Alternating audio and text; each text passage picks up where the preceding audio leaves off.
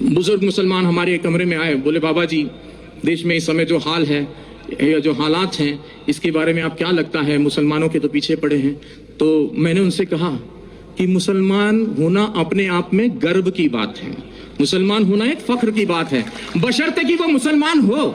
और मुसलमान से मतलब है मेरा मुकम्मल ईमान वाला, और मुकम्मल ईमान वाला कोई भी हो सकता है, फिर वो चाहे मुस्लिम हो, चाहे सिख हो, चाहे ईसाई हो, या मेरी तरह सनातन धर्म वाला एक मामूली सा अदना सा इंसान हो। तो मुकम्मल ईमान आना जरूरी है, और जब मुकम्मल ईमान आ जाएगा तो मुसलमानों का कोई क्या बाल वाका कर सकता है। कहते हैं कि नूरे हक शमे इलाही को बुझा सकता है कौन, जिसका हामी हो खुदा उसको मिटा सकता है कौन। न तलवार की धार से, न गोलियों की बौछार से, रब का बंदा डरता है तो सिर्फ परवरदिगार से, और आपको किसी से डरने की कोई जरूरत नहीं है। एक छोटा सा किस्सा और आपको सुना दूं, कश्मीर की यह सत्य घटना है, हमें हमारे गुरुजी ने सुनाई थी।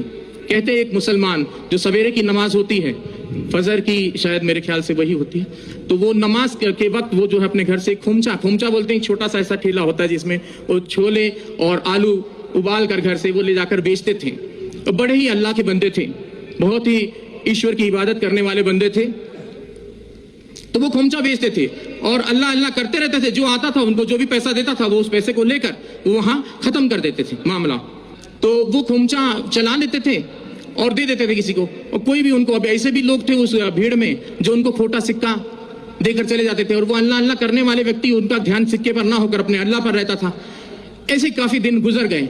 एक दिन वो अपने घर पहुंचे तो उन्होंने अपनी पत्नी से कहा कि भाई आज तुमने हमारे छोले और आलू जो खुमचा बनाती थी वो बनाया नहीं। तो बोले कि आज दुकानदार ने सामान नहीं दिया, सौदा नहीं दिया। बोले क्यों? बोले जितने भी सिक्के इकट्ठा किए हैं आपने ये सारे खोटे सिक्के हैं। बोले हाय अल्लाह। वो वहीं चुपचाप बैठ गए उस ईश्वर की इबादत में कि बोले हे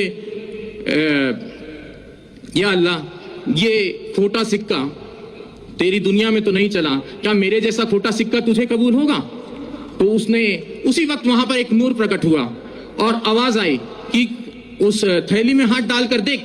और जब उसने थैली में हाथ डालकर देखा तो वो सारे खोटे सिक्के सोने की अशरफियों में तब्दील हो गए थे। तो मुसलमान ऐसा होता है जो किसी खोटे सिक्के को भी हाथ लगा दे तो सोने की अशरफी में तब्दील कर दे।